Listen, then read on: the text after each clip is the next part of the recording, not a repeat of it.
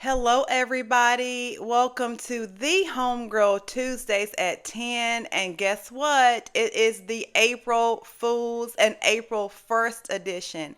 I cannot believe that we are already in April and this year seems to be kind of flying by. So, if you are looking to get into home ownership, make sure that you stay plugged in for this video. And if you are just joining me, I am Sherrell, the homegirl Wright, and I bring you weekly bite-sized digestible pieces of information that can help you along your home ownership journey.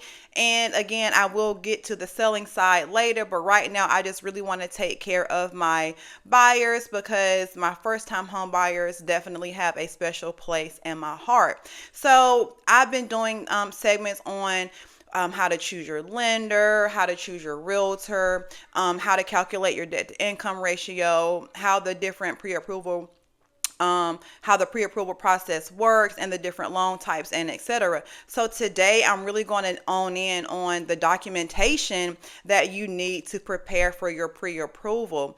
We're here at tax time. We have literally 14 days after today to get your taxes done. So I want to make sure that you know what you're going to need and how your tax returns are going to help you with your pre-approval. So let's dive in. So first, whenever you go to get pre-approved, the lender's going to talk to you about some of the things in your financial space and what you have going on, your debts and all of those things. So what you want to do to have prepared is you want to have your proof of income and employment because you want to at least be working for the past 2 years. So you want to have 2 years of employment that you can track. And with those 2 years of unemployment, they're going to need your tax returns. Now, some lenders want your W-2s as well, but by it being tax time and we're actually tracking the taxes from last year, you're going to be able to use that tax return to show your proof of income and to show that you have been working, okay?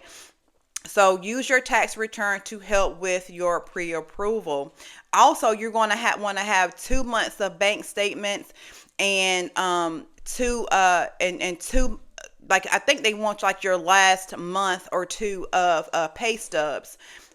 So you just want to make sure that you have all of that ready to go. If you have to pull it from your human resources site, make sure that you do that. A lot of lenders now want you to upload your documentation to a portal. So that means it would need to be in a PDF format. And they want you to upload these documents in a portal because it's more secure so that your Social Security and your personal information is not just like floating around in, the world wide web of stuff.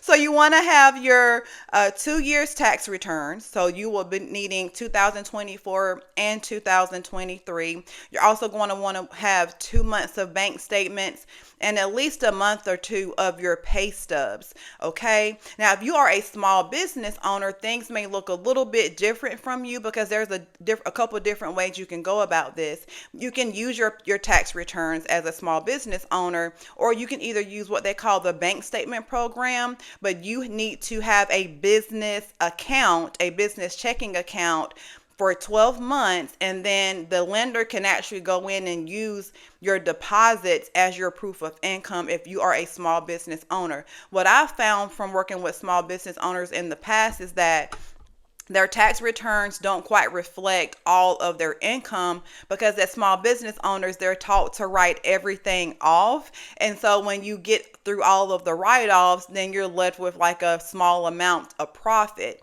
And so that can actually hurt you sometimes. So make sure that whenever you're doing your taxes, if you are a small business owner, to let the professional know, like, I'm trying to buy a house, so I need to show income. Because if you make $100,000 a year, for example, as a small business owner, and then you have all of these write-offs, your income may only kind of come down to like 20,000 for the year, and good and well you made more than 20,000. So with that, you just want to make sure that you're in close communication with your tax professional to help you get the write-offs that you need, but also show that you are bringing in enough income to qualify for a home.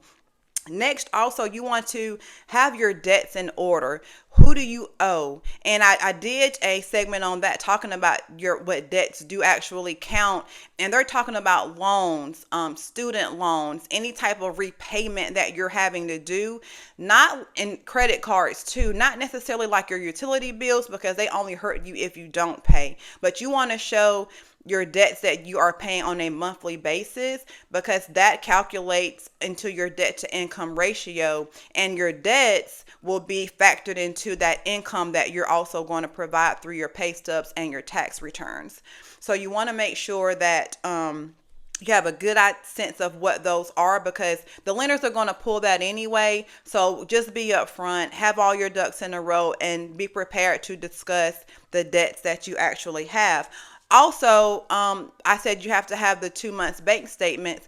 You want to show that you have some type of assets, like what's your cash on hand, or what kind of cash, what type of account can you actually make liquid for a cash, showing as a cash balance. So that could be your 401k, that could be your IRA, that could be if you have stocks that you could liquidate to use. But they want to have an idea of what your assets are, because you're approved on income, assets, and credit. And I did a video on that. So if you want information on that, go back and look at what that all entails. But they do want to make sure that you have some assets, because you need to have some money in the bank. Now, you don't have to have all of the funds, because there's different down payment programs, and also we can negotiate seller closing costs, but you still want to show that you have some money in the bank, because some lenders like to see that you have at least 3 months of reserves, meaning they want to see that you have in your account at least 3 months of what your mortgage payment is going to be. So if your mortgage payment is totaling up to be $1,500,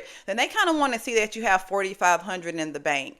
And that varies from lender to lender. So make sure that as you're speaking with lenders and interviewing them, you know what they're looking for, so that you can be better prepared. Okay. So that's all I have today. It's very short and simple. Just make sure that you're prepared. Start gathering your documentation. If you need to, again, go to your HR to get those documents, just start collecting those. If you have an access to gather those documents yourself, just make sure that you're getting those. And also with your tax return, if you haven't filed your taxes yet, make sure that you're able to use that for your income as well. Because now that we're actually in tax season and 2024 is over, the lender may actually require that you use that tax return to show your most up-to-date income. And guys, I have a free guide, a free homeownership guide for buyers and sellers. It's free. I'm going to drop the link in the comments below. And also I have the buyer readiness assessment, so that you can see where you are if you're not quite ready to speak with the lender. You can actually do the buyer's readiness assessment on your own. You can do that by yourself and not have to really go into the weeds of speaking with someone if you're not quite ready for that. But at least you understand where you are. I even have in there a way to calculate your debt to income ratio. I have in there a way for you to check your credit, and that's only $1. So that's an investment for you to become a more empowered buyer, a more educated buyer, and that now when you do speak with your lender or your realtor, you know exactly where you stand. Okay, you have a good idea of where you are, and that just makes you feel good and makes you feel more in control of the process. Because like I tell people, buying a home is a three-way relationship. It's you as the buyer, your realtor, and your lender. Now there's other hands in the pot, but the main relationship is you, your realtor, and your lender. So the more you can be prepared, the more you can contribute to that relationship, and the better experience you're going to have, because now you're educated. Okay, so I'll drop that link in the comments below as well. So yeah, that's all I have. Get your documentation in order and be ready for home ownership. If you're in the Charlotte area, I would love to be able to help you, but you don't have to work with me. The goal is for you to just become a homeowner. Okay, so this has been the HomeGirl Tuesdays at 10, the April 1st edition. I mean, the literally the first Tuesday of this month, the very first day of this month. And I thought about having an April Fool's joke, but my brain still hasn't woken up all the way, so I don't have an April Fool's joke. I mean, I could say I'm going to get out of real estate, but nobody will believe that. So, y'all have a wonderful day and take charge and make sure that you do access the free information that I have below. Y'all have a great day and be great.